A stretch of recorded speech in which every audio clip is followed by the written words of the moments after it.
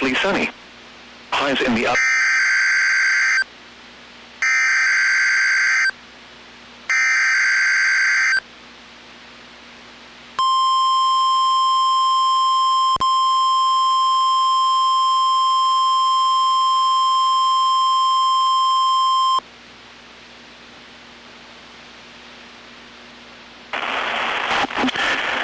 This is NOAA Weather Radio, the 24-hour voice of your National Weather Service.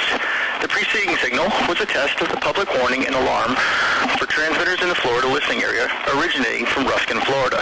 This was also a test of the same system, or specific area message encoder. The same system will alert only the county or counties affected by a particular warning. These tests are conducted each Wednesday between 11 a.m. and noon, and again between 6 p.m. and 8 p.m. unless severe weather threatens. This concludes the weekly test. We now return to regular programming.